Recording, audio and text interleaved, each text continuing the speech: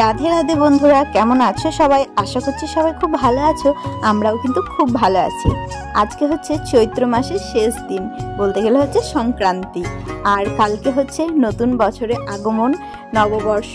তাই আগে থেকে তোমাদেরকে জানাই শুভ নববর্ষের অনেক অনেক শুভেচ্ছা। তো এখন বেরিয়ে পড়েছি বাজার করতে, কারণ কদিন হলো মা এসছে আর আমাদের এবারে চৈত্র সেলে কোনো রকম বাজারই কিন্তু করা হয়নি। আর মা যবে থেকে এসছে তবে থেকে বাজার যাব করতে করতে আর যাওয়াই হয়ে ওঠে না। কোনো রকমে একদিন শুধুমাত্র বেরিয়েছিলাম, তা আবার স্টেশনে গেছিলাম।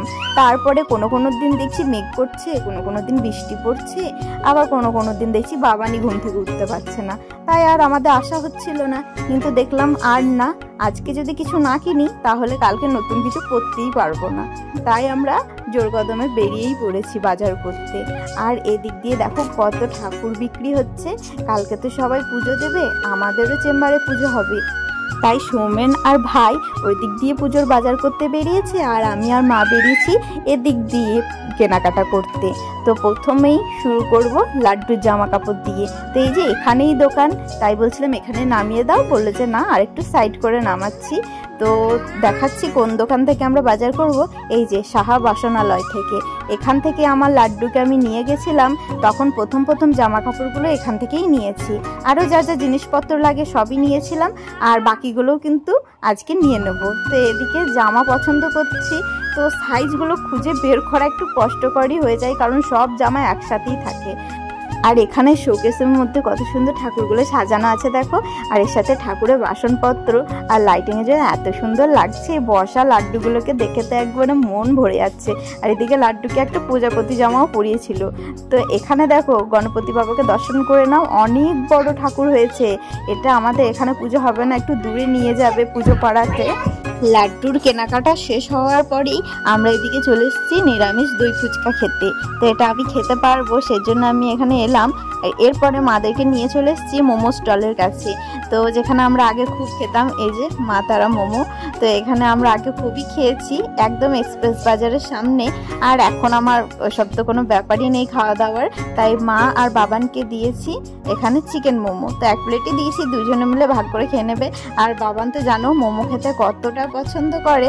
মা আসাতে আমার এই একটা সুবিধা হয়েছে যে ওকে কোনো আমিষ পদ খাওয়াতে গেলে আমাকে কোনো ঝামেলা করতে হয় না, কারণ মাই ওকে খাইয়ে দিচ্ছে। আমাকে বলছে মা তুমি একটু ভিডিও করো, দেখাও আমি কেমন খাচ্ছি।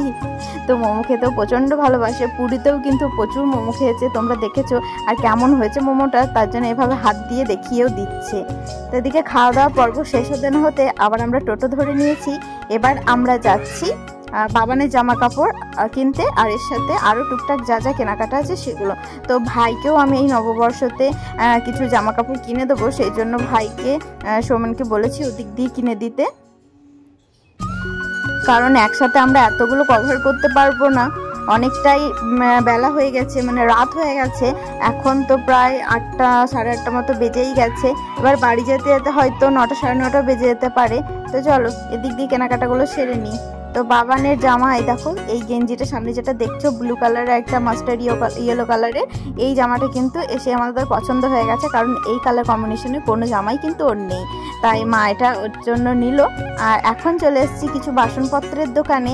এখান থেকে দেখো ছোট্ট এই যে কি বলবো কেটলিগুলো দেখছো, এগুলো একটা মা নিয়েছে। সব সাইজই কিন্তু 100 টাকা, ছোট থেকে বড় সব রকমই।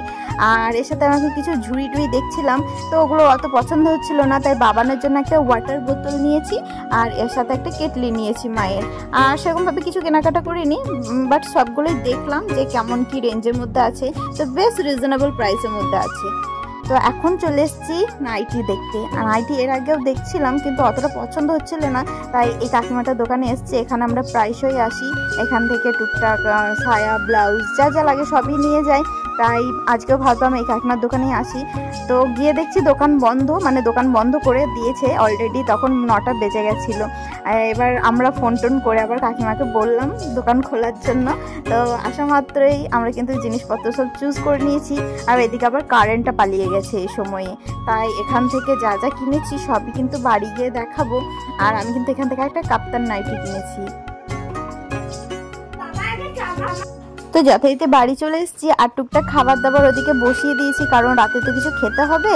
আর কালকে আছে নববর্ষ, কালকে আমাদের বাড়িতে নিরামিষই হবে। তো প্রথমে দেখিয়ে দিই এই লাড্ডু জামা কাপড়, নিচের দুটো মা লাড্ডুকে দিয়েছে, আর এটা হচ্ছে একটা পুচকে লাড্ডুর, এটা টগরির লাড্ডুর জন্য আমি নিয়েছি। আর এখানে একটা বাসনপত্র মাজার জন্য একটা পিতাম্বর নিয়েছি, আর একটা ছোট্ট আসন নিয়েছি, এটা লাড্ডু সিংহাসনে দেবো। আগের আসনটা ওর বিছানার তলায় পাতা আছে। আর এই যে এই দুটো মালা দেখছো, এই দুটো মালা হচ্ছে আমাদের লক্ষ্মীনারায়ণের জন্য। আর এখানে এই দুটো ছোট্ট মালা সাদা আর লাল পুঁতি দিয়ে মালাটা, এটা হচ্ছে আমার লাড্ডুর জন্য। এখানে একটা অগরু সেন্ট নিয়েছি, আর এই একটা তামার গ্লাস নিয়েছি। মানে এগুলো কিন্তু মা সব লাড্ডুকে গিফট করেছে। আর এখানে আছে দুটো ছোট ছোট রিং কানের, যেগুলো আমার লাড্ডু শোনার জন্য। এই যে এখানে স্টোনের কাজ করা আছে। তো এগুলো লাড্ডু যা যা জিনিসপত্র, এগুলো কিন্তু সব মা লাড্ডুকে গিফট করেছে। আর এই যে এই নাইটিটা আমি নিয়েছি, কাপ্তান নাইটিটা, তো কালকে পরবো। নতুন বছরে একটু নতুন জামা কাপড় না পরলে মনটা ঠিক ভালো লাগে না।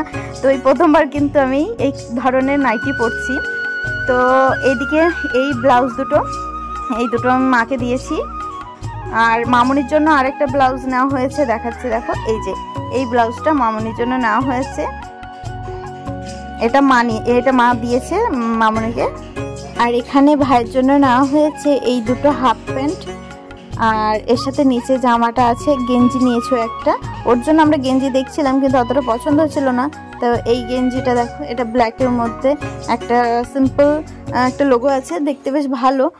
আর এইদিকে দেখো সেই বাবানের জামাটা, আবার তোমাদেরকে সব ভালো করে দেখিয়ে দিচ্ছি একবার। তো কাপড়টা কিন্তু খুবই সুন্দর, দেখতেও কিন্তু খুবই সুন্দর। তো এর সাথে একটা হাফ প্যান্ট আছে। তো যা যা ছিল সবই তোমাদেরকে দেখিয়ে দিলাম। খাওয়া দাওয়া করে এখন শুয়েও পড়েছি। তো এই যে মা বাবান আর কেমন খুনসুটি করছে দেখো বাবান মায়ের সাথে। তো মাকে ঘুমাতেই দেয় না কিছুতেই, একবারে মোবাইল দেখলে মোবাইল থাপড়ে ফেলে দিচ্ছে।